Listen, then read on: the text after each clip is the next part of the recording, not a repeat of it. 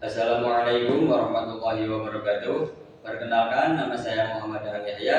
Di sini saya akan menjelaskan sebuah tense yaitu simple past tense. Simple past tense ini digunakan untuk menyatakan suatu kejadian atau tindakan yang sudah terjadi di masa lampau. Contohnya, I studied English. Saya sudah belajar bahasa Inggris. Nah, karena ini menceritakan di masa lampau, biasanya time signal untuk simple past ini menggunakan yesterday, last night, last week, last month, last year, 2 weeks ago, dan lain-lainnya.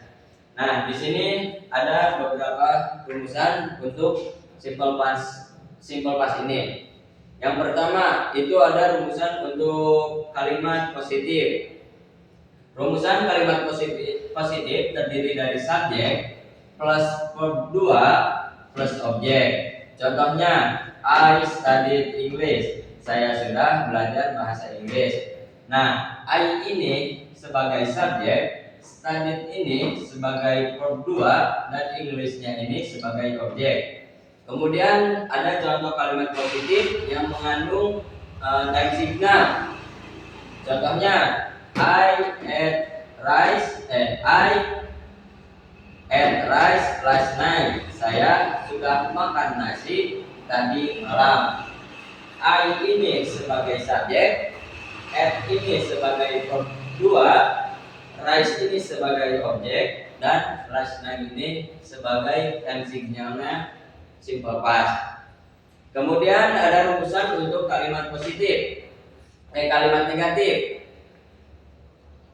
Rumusan untuk kalimat negatif itu terdiri dari subjek plus did plus not plus verb 1 plus objek. Nah, di kalimat negatif dan positif ini ada perbedaan, yaitu di verbnya. Kenapa di kalimat positif menggunakan verb 2, sedangkan di kalimat negatif menggunakan verb 1? Karena di rumusan kalimat negatif itu ada did. Jadi verb 2-nya dinetralkan menjadi verb 1. Dan ini contohnya untuk kalimat negatif. I did not study Chinese. Atau bisa disingkat, bisa menjadi I didn't study Chinese. Artinya saya tidak sudah belajar bahasa Cina. Nah, I ini sebagai subjek, did dan not ini sebagai sesuai rumusan, dan study ini sebagai verb 1, dan Chinese-nya ini sebagai objek. Kemudian di sini ada contoh kalimat negatif yang mengandung time signal, yaitu I didn't drink milk yesterday. Saya tidak sudah meminum susu kemarin.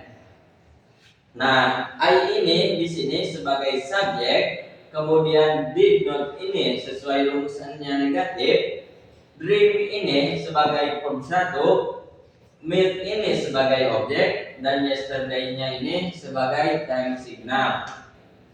Kemudian yang terakhir itu ada rumusan untuk kalimat interrogatif. Untuk kalimat interrogatif ini terdiri dari did plus subjek plus verb 1 plus objek dan plus question mark. Contohnya, did you speak Chinese? Apakah kamu sudah berbicara bahasa Cina? Nah, did ini sebagai rumusan, you ini sebagai subjek, speak ini sebagai verb 1, Chinese-nya ini sebagai objek, dan ini question mark itu tanda untuk itu menyatakan kalimat interrogatif. Contoh yang kedua untuk kalimat interrogatif yang mengandung time signal. Contohnya, did you study English last week? Artinya, apakah kamu sudah belajar bahasa Inggris minggu kemarin. Nah, di sini didnya ini sebagai rumusan atau bisa menjadi kalimat tanda tanya karena ini interrogatif. You ini sebagai subjek, study ini sebagai verb 1, English ini sebagai objek, dan last week ini sebagai time signal. Dan jangan lupa ketika ada kalimat interrogatif itu menggunakan question mark. Segitu saya penjelasan untuk simple past. Semoga bermanfaat. Mohon maaf bila ada kata salah. Assalamualaikum warahmatullahi wabarakatuh.